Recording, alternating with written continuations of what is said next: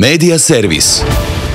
Ekskluzivno. Lijep pozdrav poštovani slušatelji. Europska komisija proteklih je dana blago povećala procjenu gospodarskog rasta za ovu iduću godinu za Hrvatsku. MMF je po tom pitanju još optimističniji od Brisela. Istodobno u Hrvatskoj i dalje traju prijepori oko proslave 20. obljetnice Oluje.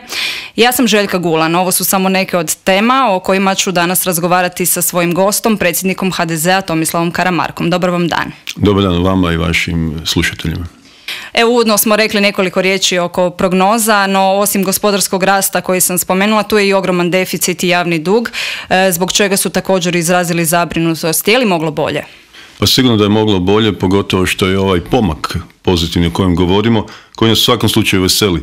Nije rezultat nekakvih smišljenih mjera koje je provela ova vlada, nego naprosto onog što se događa u našem kontekstu Europske unije.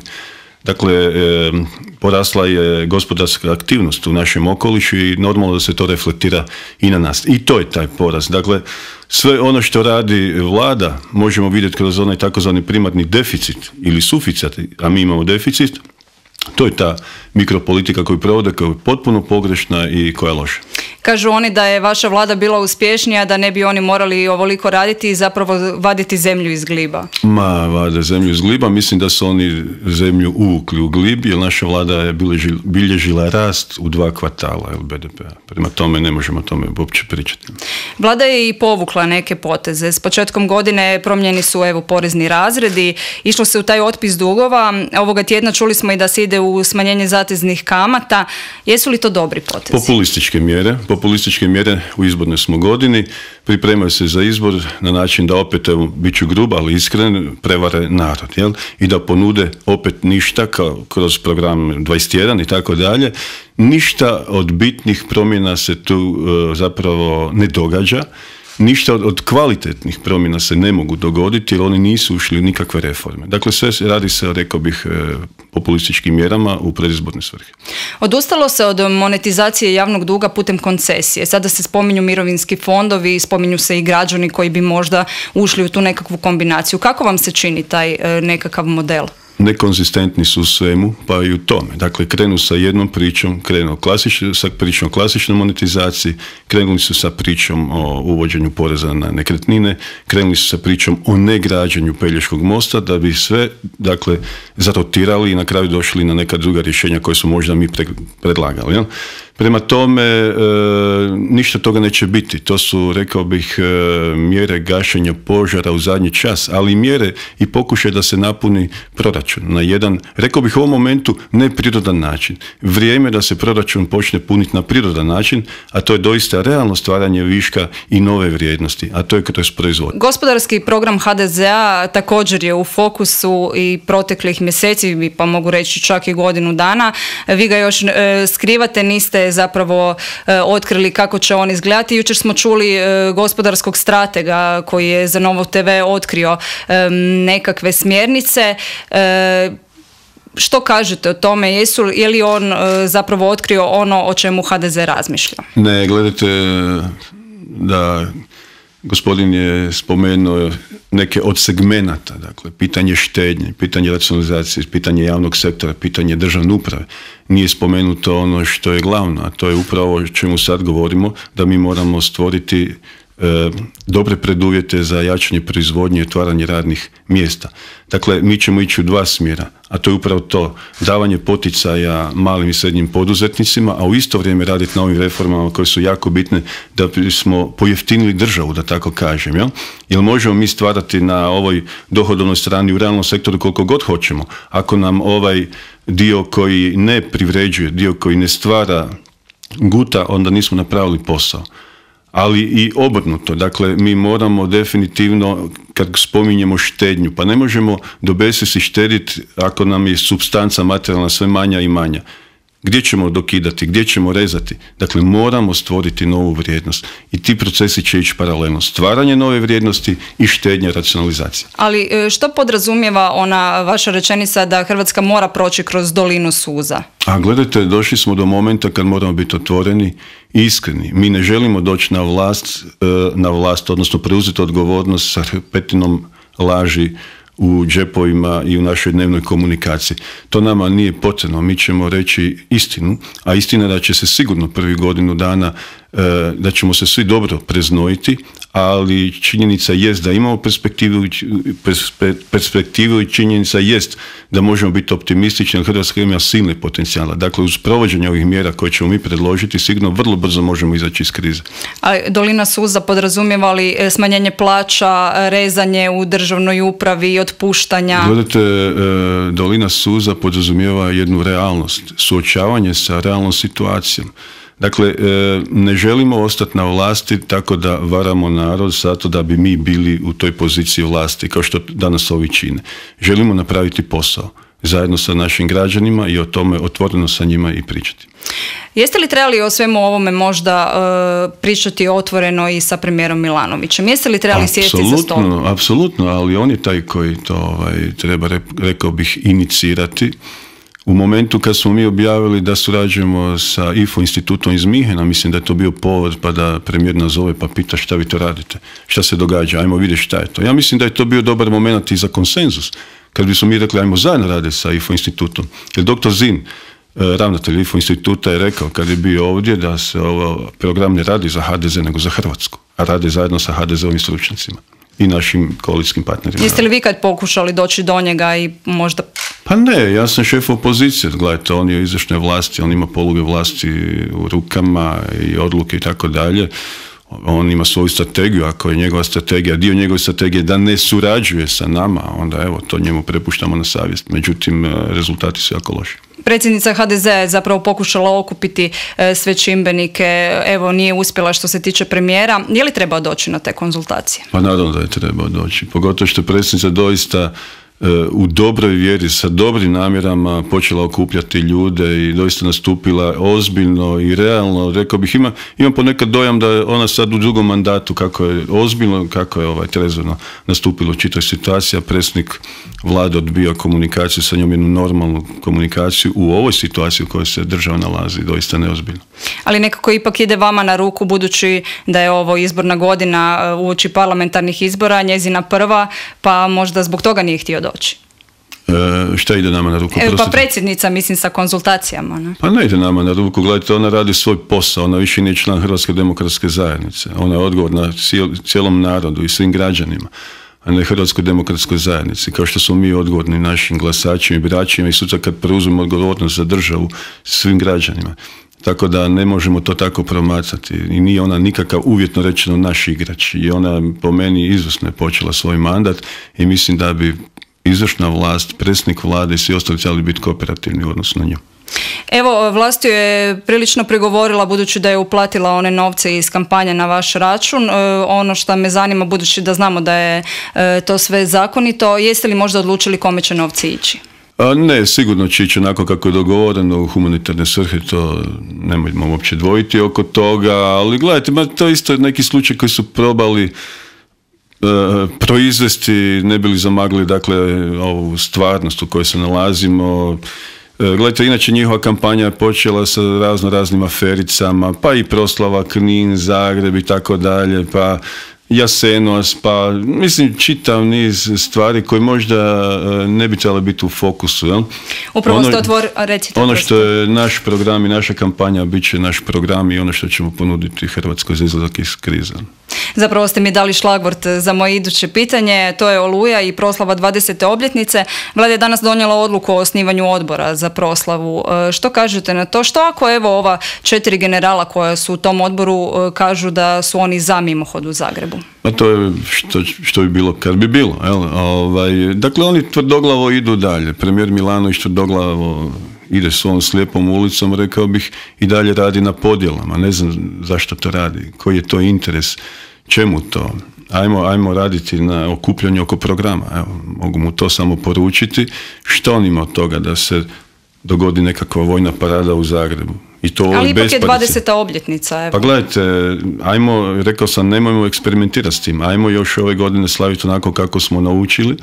Za 5 godina bit će 25 godina, dakle 4 stoljeća od Oluje, to će biti krasan moment za prikažemo obnovljeni arsenal, da tako kažem, i vojsku koja će imati šta pokazati, a ne sad, to će koštati 10-12 milijuna kuna i tako. Zad je to potrebno sada bacati za koga, ko će biti u Zagrebu tada, bit će diplomati, bit će gospodin Milanović, jel?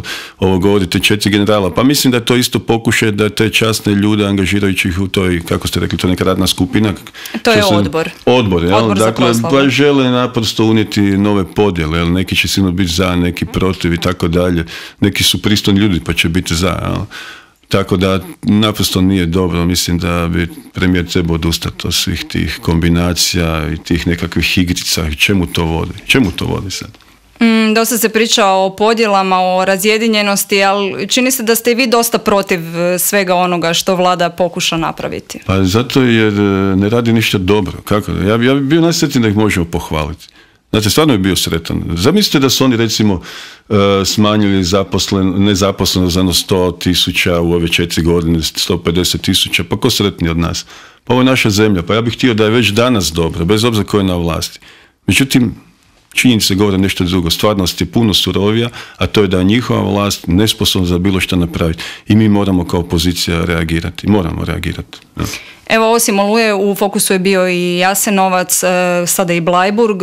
Je li predsjednica trebala otići na Jasenovac na dan kada je bio tamo državni vrh? Predsjednica najbolje samo procjenjuje kad treba ona tamo otići. Otišla na način koji po meni bio dobar. Otišla je sama 2-3 dana prije, poklonila se žrtvama. Te žrtve Jasenovca, žrtve holokausta na neki način nisu zaslužili da budu manipulirani u političke svrhe. I doći u Jasenovac i održati politikantski govor, držati neke bombastične političke govore nije dobro. Te žrtve to nisu zaslužile. Zaslužile su poštovanje. Što je sa Bleiburgom, hoćete li vi možda ići? Ja se nadam da ću biti na Bleiburgu, isto tako te žrtve su zaslužile svoj odnos poštovanja prema njima i ne smije ih se negirati kao što to neki pokušavaju negirati. U subotu se obilježava 70. obljetnica pobjede nad fašizmom. Vlada i Sabor su pokrovitelji tog skupa, no jesu li trebali biti organizatori? Na koji dio mislite?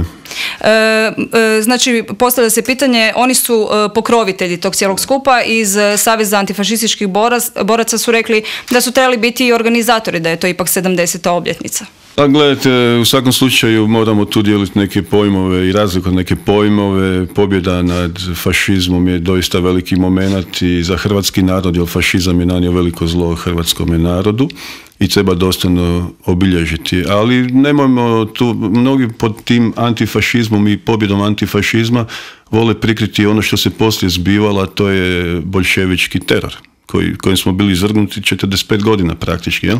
Prema tome tu moramo biti jako suptilni i doista moramo prave definicije izreći i u oba slučaja. Dakle, tako da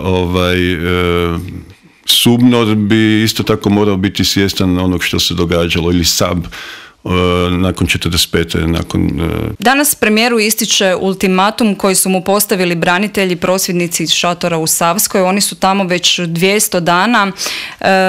Najavljuju i posljednje korake, kako su rekli, za 30. svibnja. Idu, kažu, na Markov trg, svrgnuće i premijera ako treba. Čini li vam se da su ovi prosvjedi nakon 200 dana prilično eskalirali? Da, gledajte, to je još jedan primjer koji pokazuje kako naš premijer ne zna komunicirati, kako ne zna razgovarati s ljudima, kako ne želi razgovarati sa ljudima. Evo, ja ću i danas reći ono što sam rekao već 50 puta, vjerojatno, od kad traju prosvjedi branitelja, da se treba pojaviti u šatoru i sa velikim poštovanjem sjest sa ljudima koji su bez nogu, ruku i tako dalje, teškim invalidima, i razgovarati o problemima o kojima treba razgovarati i pokušati rješavati te probleme. Za početak doista treba reći gospodinu Matiću, a daj se sad makni, jer branitelji koji su tvoja nekakva baza, te ne žele za svog ministra. Jel? Prema tome, ova eskalacija je posljedica upravo te nemogućnosti i nevoljkosti da se razgovara sa braniteljima, invalidima. Normalno, gledajte, naš stav je sljedeći, mi prosvjednike podržavamo u njihovom opravdanom zahtjevu da razgovaraju o problemima koji su realni. Naravno, nismo zadovoljni da ti prosvjedi uopće postoje. Da je bilo dobre volje sa strane vlade, ne bi ni bilo prosvjeda. Prema tome, nažalost, nemogućnost komunikacije i neželja za komunikacijom, iskrenom prijateljskom komunikacijom sa vladine strane je dovela do ove situacije. Javnost, mediji te prosvjede već nazivaju različitim imenima. Govore o šatoru kao o državi unutar države, o mini državnom udaru. Govore i o tome da zapravo to sve ide na ruku vama. Ma gledajte, bi bilo svakakvih insinuacija da mi stojimo iza toga i tako dalje. Kako nama može ići na ruku to da se veliki, da ste se dogovorili? Da veliki broj branitelja je prezimio pod tim šatorom i da se danas kuha i ne znam, trpe teške vrućine u tom šatoru. Pa kome to ide u prilog? Po čemu mi uopće govorimo? Jel? Prema tome rekao sam koja je formula. Nek dođe premijer, nek s njima razgovara i problemi će se početi rješavati. Idemo mi malo prema kraju naše emisije. U izbornoj smo godini. Imate li listu za izbore ili o njoj još uvijek pregovarate? Još uvijek razmišljamo, razgovaramo, za neke ljude već znamo i tako dalje, ali još je prerano za to. Pogotovo objavljivati tako nešto ne bi bilo pametno. Imate li možda u vidu još nekog novog koalicijskog partnera? Otvoreni smo. Jako smo otvoreni. Mislim da je potreban konsenzus, da je potrebna velika snaga, puno ljudi dobre volje u ovom momentu, ljudi koji vole svoju zemlju i znaju kako izvući iz krize i zato smo doista otvoreni. Nismo sebični, kako da kažem, ne škrtarimo iako smo najveća stranka, najmoćnija stranka. Dakle, mi smo jedna stranka koja u svoje koalicijske partnere može ući, dakle i u saborske klupe, kao što smo i u Europski parlament i to radimo dobre volje, ali imamo dobre koalicijske partnere. Evo, gradonačelnik Zagreba je također izrazio želju da ide na parlamentarne izbore. Je li moguća takva nekakva koalicija? Prerano je za to pričati. Mi smo prejaki u Zagrebu. Evo, u Zagrebu sad rastemo. Mi smo pojedinačno najjača stranka u Zagrebu. Negdje smo na 27-8%. U državi smo na 36-37%. Prema tome, gledajte, mi imamo širinu izbora i nije to nikakva prepotencija nego realnost, ali smo isto tako svjesni da moramo okupljati oko sebe. Prema tome vidjet ćemo šta će biti. Još je rano za to. Evo, kad smo kod koalicijskih partnera, s vaše liste u Europski parlament izabrana gospođa Ruža Tomašić. Ona je ovih dana također u žiži zbog svojih izjava o Srbima. Regija ju je prozvala šešeljem u suknji. Jeste li pročitali te izjave i što kažete na njih? Pa čuo sam te izjave, nisam ih pročitao. Gledajte, u tom javnom diskursu rekao bih politički rječnik, možda moramo paziti kako se izražavati, jel? Nekad to ispadne nezgrapno, možda nekad čovjek u najboljoj volji kaže nešto krivo pa ispadne sasvim krivo. Ne vjerujem da kolegica Tomašić ima neke radikalne i brutalne namjere, rekao bih, ali možda neki ljudi to mogu shvatiti i tako. Prema tome, recimo, to sigurno nije moj izričaj i način na koji bih ja nešto rekao. Na samom smo kraju. Agencija za zaštitu osobnih podataka skinula je imovinske kartice s weba. Evo, klub zastupnika SDP-a u hitnu je saborsku proceduru uputio predlog dopune tog zakona. Što mislite da se krije iza tog poteza? Probali su, pa im nije uspjelo. Ne? Javnost je odreagirala, pa to treba ispitati šta se krije. U svakom slučaju vrlo, rekao bih, čudno, neobično, sumnjivo da ne kažem. Zamislite da je HDZ-ova vlast tako šta napravila, kako bi već naslovnice kričale i o tome šta se krije, odmah otkrivale ko želi sakriti svoj kredit i tako dalje. Isto recimo kao onaj strašan gaf premijera, gaf ili neznanje oko deficita, gdje on kaže da je deficit 12 milijardi, a on je 18,8 milijardi i tako dalje. Šta mislite kako bi naslovnice drugi dan bile se tražila ostavka, ali dobro, eto, još ga uvijek malo maze, paze, ali evo sve do izbora još par mjeseci pa smo gotovi s tim. Evo, kad smo kod toga s tim što se dogodilo zapravo s imovinskim karticama je pokrenuta i priča oko davanja povoljnih stambenih kredita za zaposlenike HBOR-a, kamata do 3%. Ispada da se sve ove godine u HBOR-u nisu bavili svojim primarnim ciljem, a to je poticanje gospodarstva, već zapravo su kreditirali unutar kuće. Da, i to je naravno pretvorilo se u usko grlo kad govorite o kreditiranju gospodarstva, malih srednjih poduzetnika, to je ono što je intencija gdje su trebali biti aktivni, gdje su trebali biti efikasni i uspješni. Na kraju su bili ipak najuspješniji u dijeljenju tih kredita, što naravno nije dobro. Da smo mi u dobroj gospodarskoj situaciji, da su oni dobro odradili ovaj svoj primarni posao, pa ajde, dijelili su kredite svojim ljudima, možda im se to i ne bi zamjerili, ako su te kamate smiješne i povlaštene kamate, ali kažem, nisu odradili primarno, prema tome jako loša poruka. Tada je rekao da na ostavku ne planira dati. Je li možda treba o tome razmisliti?